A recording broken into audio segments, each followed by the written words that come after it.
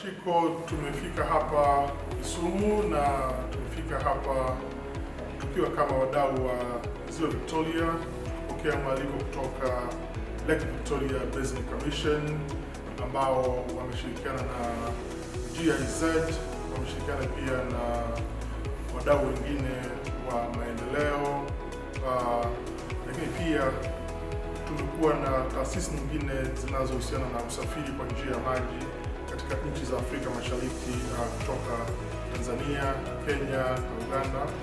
Kutoka Tanzania tupo na mzetu wa TASAC na TPA, lakini pia mzetu kutoka Uganda URC na KRC na KPA kutoka Uganda na Kenya. Kilichotuleta hapa hasa ni kuvalidate ripoti ambayo wenzetu wa Lake Victoria Basin Commission wakishirikiana na Northern Corridor walipatia mkandarasi kufanya utafiti na kuandika ripoti. Utafiti huu ni kuhusu Lake Victoria safe navigability and multimodal connectivity. Kwa sasa mkandarasi au mshauri mwelekezi huyu amefanya utafiti wake na ameandaa ripoti. Kwa hiyo tumekutana hapa kuvalidate ile ripoti.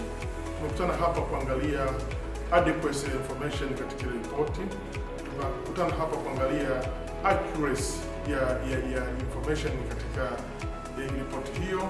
Tumekutana hapa kuangalia relevance ya information zilizopo katika hiyo ripoti. Kwa hiyo umekuwa ni wakati mzuri, tumeweza kupitia ripoti, tumeangalia maeneo ya kuboresha, tumeangalia maeneo ya kufanya kwa mazuri, na tunaamini kwamba baada ya hapa tutakuwa na ripoti nzuri ambayo itazisaidia taasisi zetu ambazo zinahusika na usafiri wa njia ya maji. Lakini pia jana tulipata nafasi nzuri sana ya kwenda kufanya matembezi katika bandari ya Kisumu, na tulikuwa tukiangalia bandari ilivyo nzuri, bandari murwa kweli kweli, ambayo inaweza kuaccommodate meli za aina mbalimbali, ikiwa ni pamoja na meli ya MV Mwanza inaweza ikafika hapa bila shaka yoyote. Kwa hiyo ni wakati mzuri sisi kama wadau wa usafiri wa njia ya maji, hususan katika Ziwa Victoria, kukutana na kuangalia namna gani ya kuboresha masuala ya usafiri katika ziwa letu, hususan katika maeneo mawili: moja, safe navigability, lakini pili, hii multimodal connectivity katika ziwa letu.